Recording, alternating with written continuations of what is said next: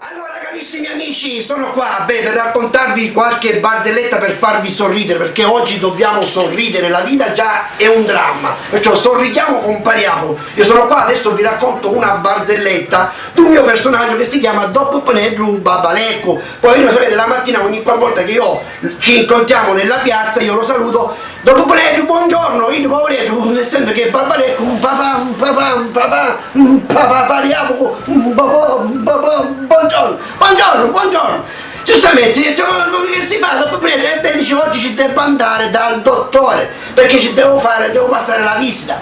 Basta, questo Dopo Penedru negli anni ha lavorato nei porti, in tanti porti del mondo, però lui aveva questo desiderio: ogni qualvolta che andava in un porto lui si faceva tatuare il nome del porto in cui lui andava. Bene, vado al dottore, arriva il suo turno, il dottore quando lo vede gli dice: Dopo Penedru, accomodatevi.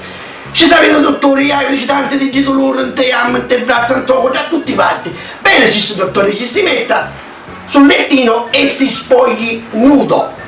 Cristianetto pigliavo e si spogliavo tutta nuda. Il dottore quando l'ha visto un pochettino è rimasto perplesso, gli ha detto: Dopo Penedru, ma siete tutto tatuato, tutti questi tatuaggi, questi nomi di tutti i porti del mondo.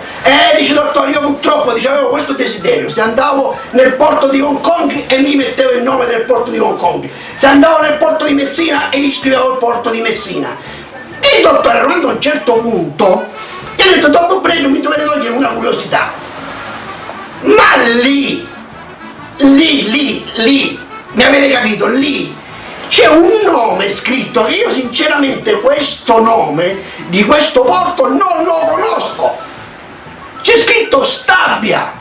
Dottore, oggi c'è scritto Stabia, ma 100 anni fa c'era scritto Castellammare di Stabia.